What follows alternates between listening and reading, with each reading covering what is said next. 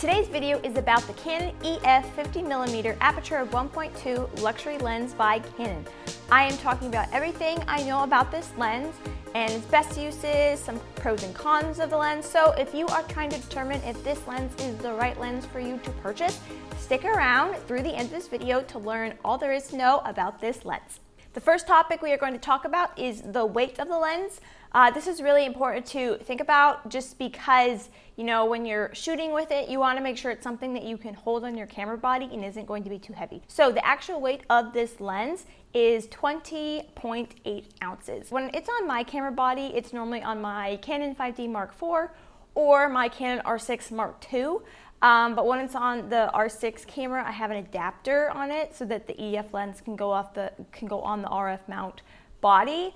I found that the weight of this lens is not a problem at all. Like, in my opinion, it's one of the lightest lens. That's a really good lens because it is a luxury lens by Canon, and those, like the L series lenses, are like top of the line quality for lenses for professional photographers. I definitely think that this lens is definitely not too heavy. I think it is a good weight. Yeah, that's what I think about that lens as far as weight. Number two, we are going to talk about distortion. Really, the only thing you have to be careful of with this lens is if you are too close to your subject, so like a person, you could end up distorting their facial features if you are too close to them in general. And this can be a common problem with lenses that are on the wider side. Now, the 50mm is kind of a combination of a portrait lens and a wide lens. I would definitely say it's more of a portrait lens, so it definitely works better than portraits because it really can't get very wide, so that is kind of like a con of it. Distortion wise, you just have to be careful about not getting too close to your subject so you don't start like distorting how their face looks. I normally say that, well, so the focusing distance of this lens is about 3 feet,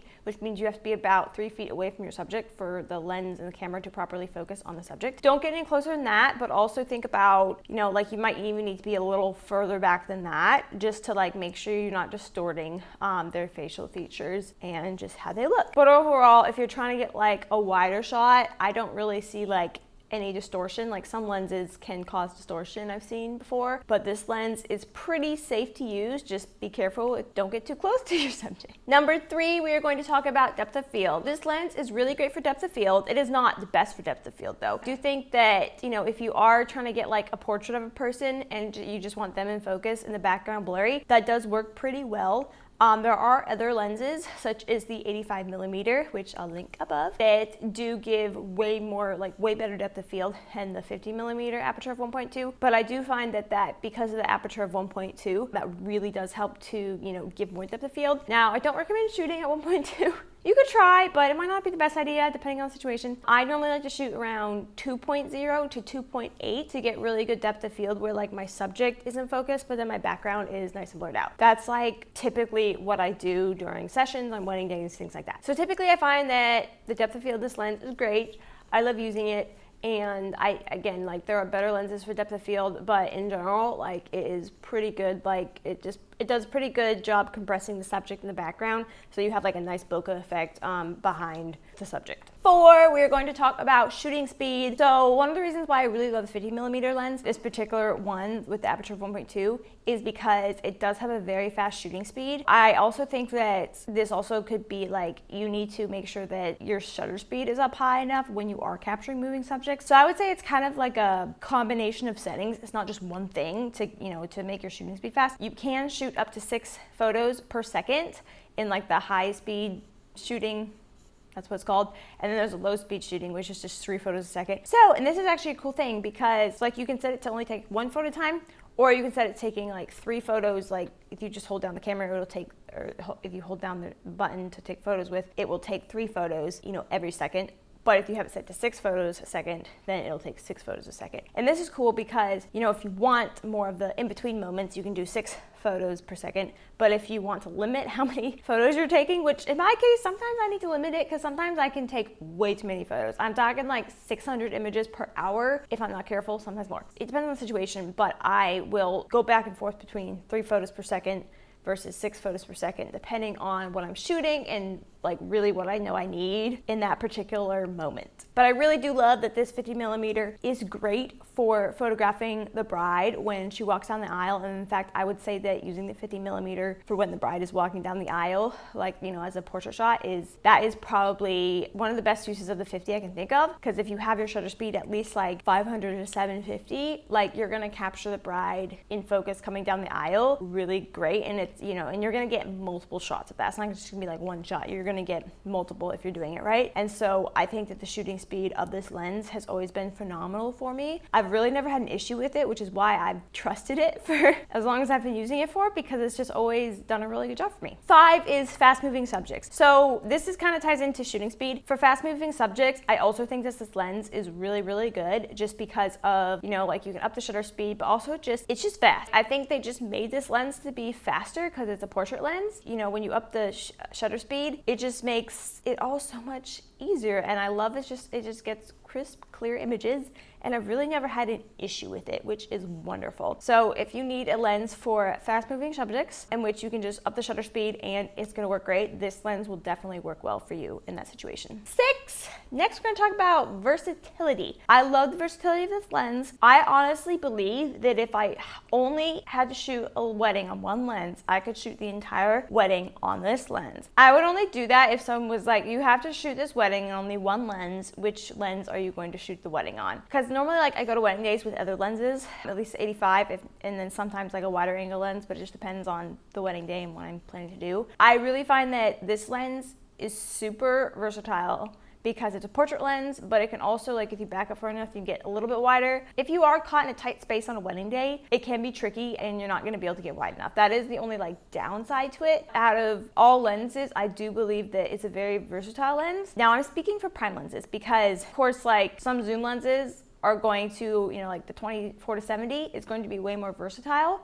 but it also doesn't let in as much light. The 24 to 70 has an aperture of 2.8, which this lens has an aperture of 1.2, which lets in a ton more light, which is my style and what I like. For my style and what I like to photograph, this particular lens it has the versatility I need, like, as a prime lens. Some wedding photographers would probably say that, oh, I probably want like a zoom lens because then I can, you know, go from 24 to 70 and that has more versatility. But if it's only an aperture 2.8, then you lack the versatility of low light situations and you could deal with grain and not as high quality images. So you know, there's always a give and take, but for my style of shooting, I could probably shoot an entire wedding day on this lens and be fine. I don't think I've actually ever done that before.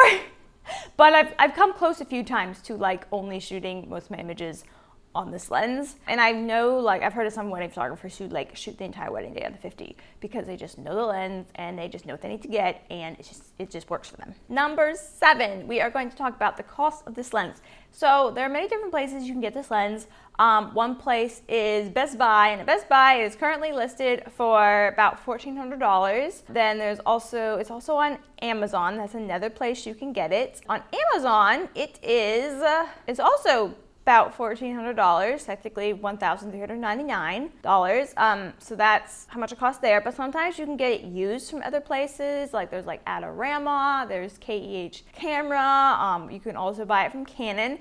I would say that the range from this lens, you could probably get it from anywhere from $800 to $1,400. Did I say that right? Yeah, you could probably get it anywhere from $800 to $1,400, depending on if you buy it used or new.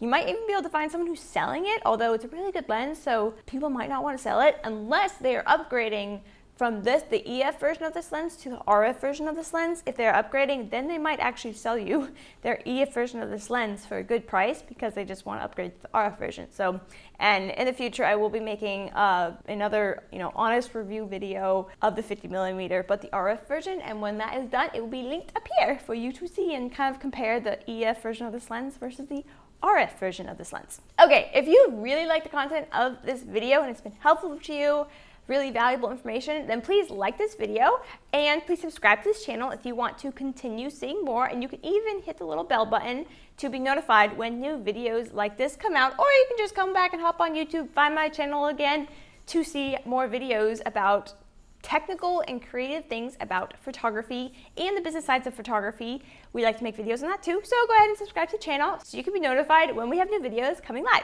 Okay, reason number 8 is we are going to talk about the overall look of portraits that the 50mm gives. So I'll even pop a few images up here of like portraits I take on the 50mm, then you can like see what it looks like in action.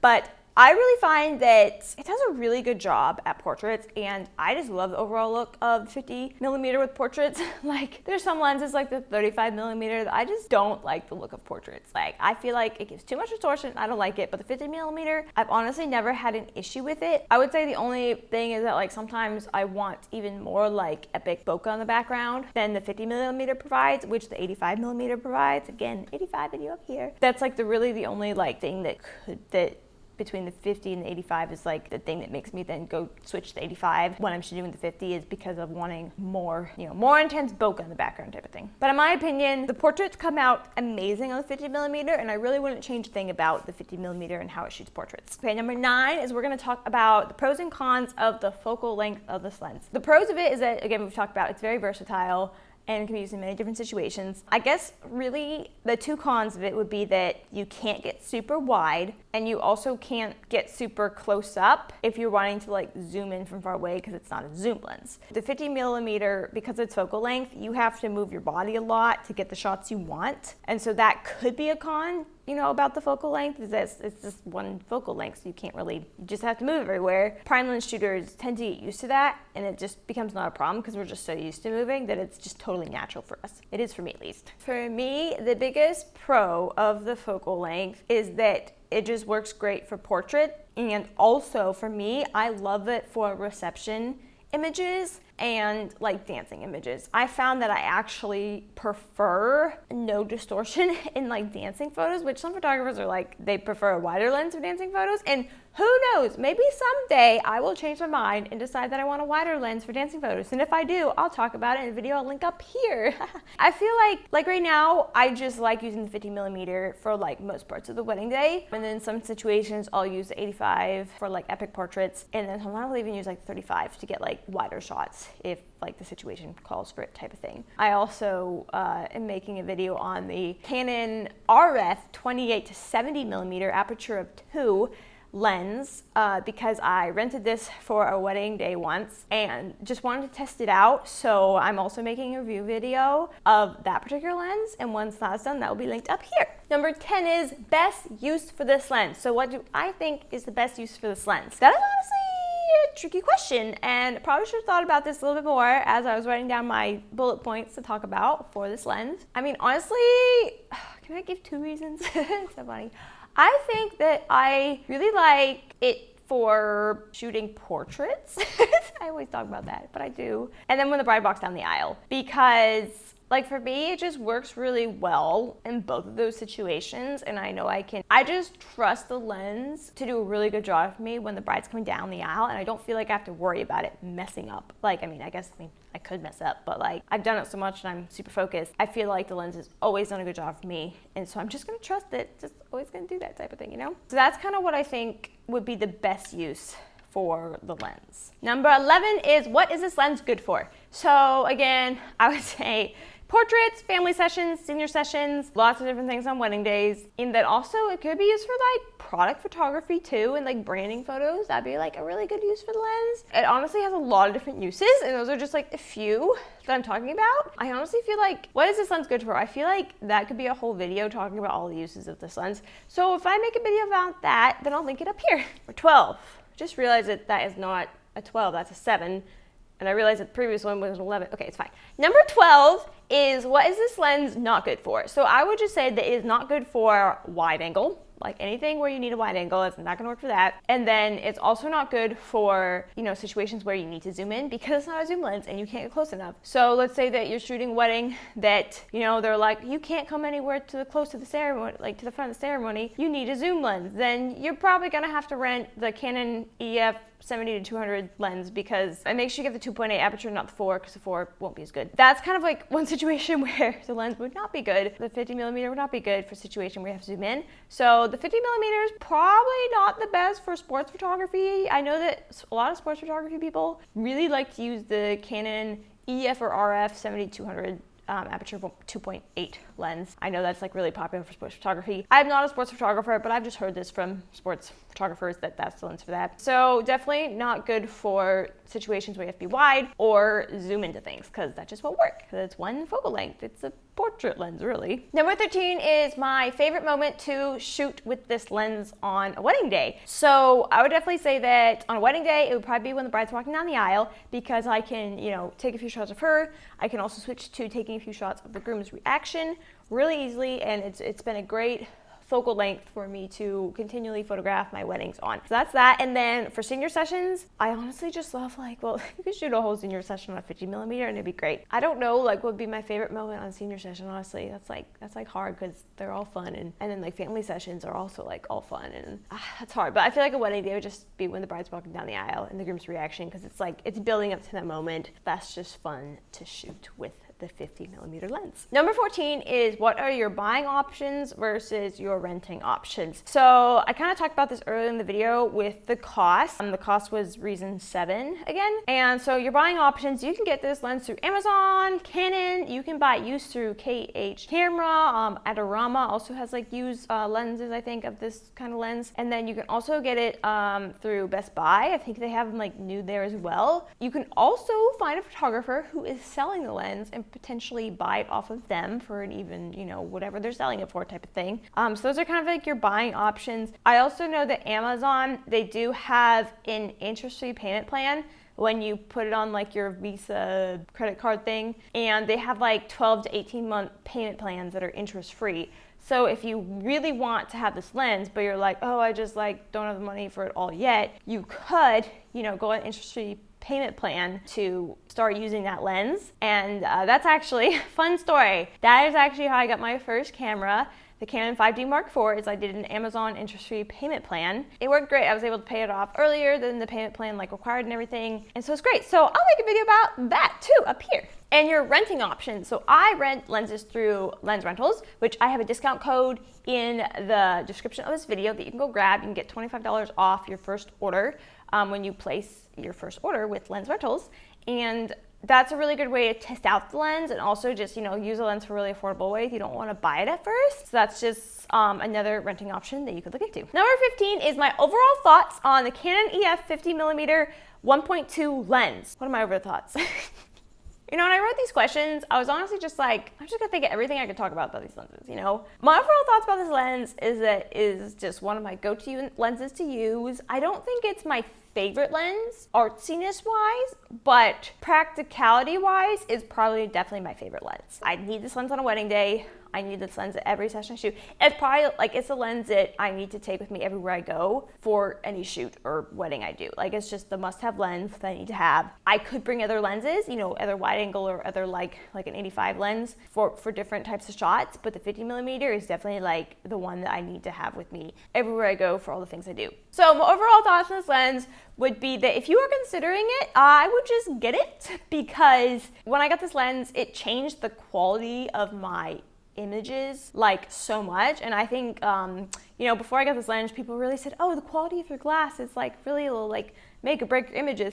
And I truly didn't understand this until like I finally like got this lens, because the difference in image quality that I got from, so I went from the Canon EF 50mm aperture of 1.8 to this lens, which has an aperture of 1.2, and that quality difference was huge. And so I like, that's really changed the look of my images, and it's really given my images a much more professional look, and it's defined my style. And so that's kind of my thoughts on this lens, and I think that it's a great lens and you should get it if you are considering getting it.